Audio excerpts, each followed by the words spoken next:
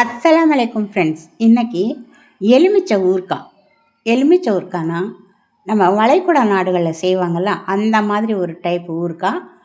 அங்கே சாப்பிட்ட ஊறுகாய் தான். அதை நான் இப்போ இன்றைக்கி உங்களுக்கு செஞ்சு காட்ட போகிறேன். வாங்க அதை எப்படி செய்யலான்னு பார்க்கலாம். நான் ஒரு கடாயில் ஒரு ஸ்பூன் கடுகு போட்டிருக்கேன். கடுகு நல்ல படப்படன்னு பொரிஞ்சதும் எடுத்துடலாம்.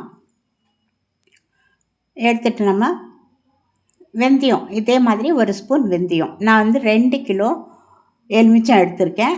அதுக்கு இந்த மாதிரி ஒரு ஸ்பூன் கடுகு, ஒரு ஸ்பூன் வெந்தயம் போட்டு நல்லா செவக்க எடுத்துக்கலாம். இப்போ இது செவந்தாச்சு, இது எடுத்துடலாம். அடுத்து காஞ்ச மிளகாய், ஒரு 10 காஞ்ச மிளகாய் எடுத்திருக்கேன். அதோட ஒரு 2 கைப்பிடி அளவு கருவேப்பிலை எடுத்திருக்கேன்.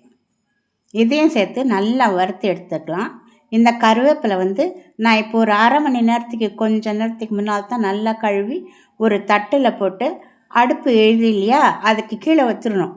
வச்சுட்டு நம்ம வேறு வேலை பார்க்குற வரைக்கும் அந்த கருவேப்பிலை நல்லா மொறுன்னு தண்ணியெல்லாம் வற்றி நல்லா வறண்டு காஞ்சிருக்கும். இப்போ அதுதான் எடுத்து வறுத்தாச்சு. இப்போது தனியா, இது 2 ஸ்பூன் தனியா, எல்லாமே ஒரு ஸ்பூன் எடுத்திருக்கேன். தனியா மட்டும் கொஞ்சம் அதிகமாக 2 ஸ்பூன் தனியா. இதையும் நல்லா செவக்க வறுத்து எடுத்துக்கோங்க. இது இந்த மாதிரி ஊறுகாய் ஒரு ஸ்பெஷல் ஊறுகாய். அந்த அரபு நாட்டில் ஓமம் சேர்க்குறாங்க.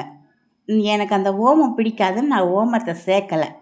அதை சேர்க்காம தான் பண்ணியிருக்கேன். இப்போ 2 கிலோவுக்கு 100 கிராம் சக்தி மிளகாப்பொடி. எப்பவுமே ஊறுகாய்க்கு சக்தி மிளகாப்பொடி, காஷ்மீரி சில்லி தான் யூஸ் பண்ணுவேன். நம்ம வீட்டில் அரைக்கிற மிளகாப்பொடி சேர்க்க மாட்டேன். இப்போ இந்த 100 கிராம் சக்தி மிளகாப்பொடியை இப்போ எல்லாத்தையும் வறுத்து எடுத்துட்டு ஸ்டவ்வை ஆஃப் பண்ணிவிட்டு அந்த சூடான கடாயில் போட்டு இதை நல்லா இந்த மாதிரி வதக்கி எடுத்துடலாம். அவ்வளோதான். ஏன்னா இதில் கருகாது. ஆனால் அந்த பச்சை வாசனை இருக்கும். அது போயிட்டு ஒரு நல்ல வாசனை, நல்ல மணமாக இருக்கும். இதை வறுத்து எடுத்துக்கலாம். இப்போ மிளகாப்பொடியும் வறுத்தாச்சு, வெறும் கடாயில் போட்டு வறுத்தாச்சு. இதையும் எடுத்து வச்சுக்கோங்க. இப்போ அடுத்து கொஞ்சமாக எண்ணெய் ஊற்றிக்கலாம். நல்லெண்ணெய் தான் ஊற்றிக்கணும். இதில் 100 கிராம் பூண்டு,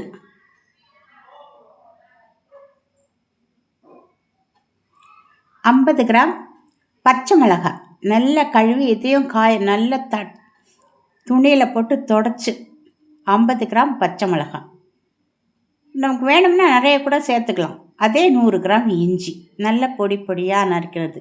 இது எல்லாத்துலேயுமே ஒரு துளி தண்ணி இருக்காது. எல்லாமே கழுவி தொடச்சி காய வச்ச பொருட்கள் எல்லாமே. அது ஒன்று தான் இதில் கொஞ்சம் நம்ம பார்க்க வேண்டியது.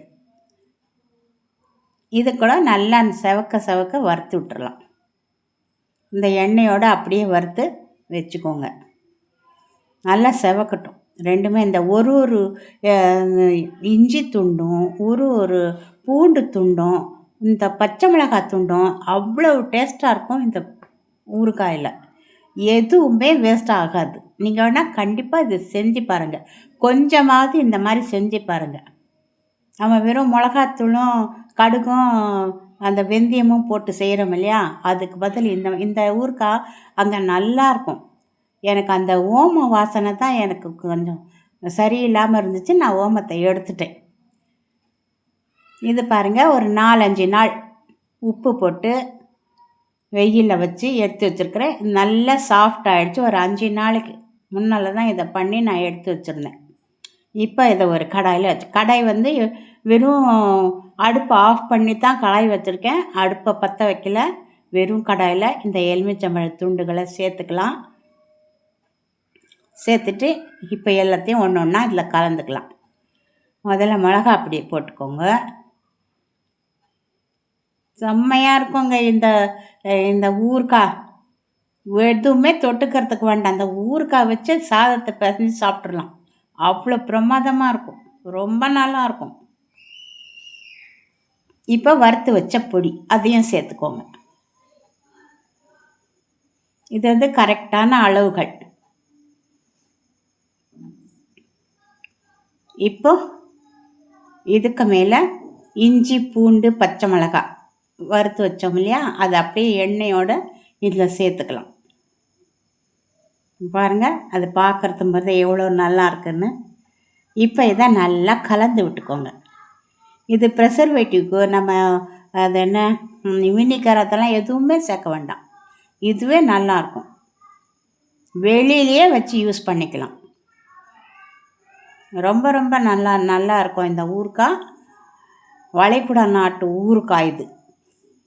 இவங்க இவ்வளோ பொருள் இன்னும் அவங்க வந்து சோம்பு, மிளகு, சீரகம் அதெல்லாம் போடுறாங்க. ஆனால் நான் அதெல்லாத்தையும் தள்ளி வச்சுட்டேன். நமக்கு இப்படி சாப்பிட்டு தானே பழக்கம். இப்போ இதுக்கு மேலே கொஞ்சம் பச்சையாக நல்லெண்ணெய் ஊற்றிக்கலாம். நல்லெண்ணெய் தானேங்க ஊற்றி ஊற்றி ஊற்றி ஊற்றி தருவாங்க. அந்த எப்போ அந்த ஊறுகாய் வைக்கிறாங்களோ அப்போல்லாம் அந்த நல்லெண்ணெய் ஊற்றி தான் வைப்பாங்க நமக்கு தட்டில். இப்போ இதில் கொஞ்சம் உப்பு கம்மியாக இருந்துச்சு, அது கொஞ்சம் உப்பு சேர்த்துக்கலாம். உப்பும் கம்மியாக இருக்குது, இந்த காரமும் கொஞ்சம் கம்மியாக தான் இருக்குது. அதுக்காக நம்ம வந்து காஷ்மீரி சில்லி போடுறோம். கலருக்கு கொஞ்சம் வேணும். காஷ்மீரி சில்லி கொஞ்சம் இந்த ஸ்மெல் ரொம்ப நல்லாயிருக்கும், இந்த கலர் ரொம்ப நல்லாயிருக்கும். அது சின்ன ஸ்பூனில் 4 ஸ்பூன் போட்டிருக்கேன். அது வந்து நம்ம பெரிய டேபிள் ஸ்பூனில் 2 ஸ்பூன் தான் இருக்கும், அது போட்டுக்கலாம்.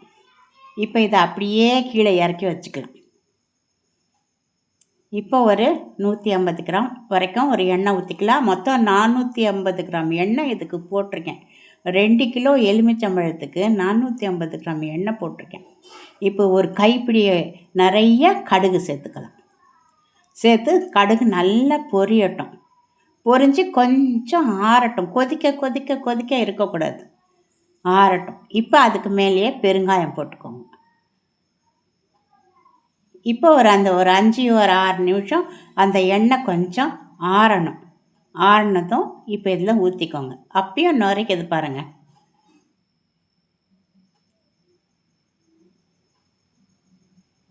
அவ்வளோதாங்க. இப்போ இதை நல்லா கலந்து விட்டுக்கணும்.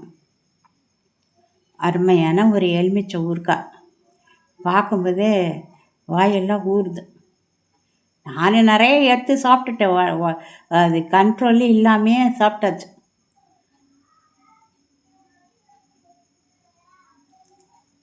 நல்லா கலந்து விட்டுக்கோங்க.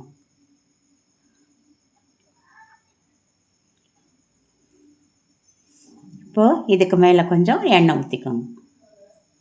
எவ்வளோ எண்ணெய் ஊற்றினாலும் நல்லாயிருக்கும், நம்ம வயத்துக்கும் ஒன்றும் ஆகாது. பிடிச்சிருந்தா லைக் பண்ணி இதே மாதிரி பண்ணி சாப்பிடுங்க. எலுமிச்சை ஊறுகாய் ரொம்ப ரொம்ப நல்லது. பாருங்கள் எப்படி இருக்குன்னு கமெண்ட் பண்ணுங்கள். அஸ்ஸலாமு அலைக்கும் ரஹ்மத்துல்லாஹி வபரகாத்துஹு.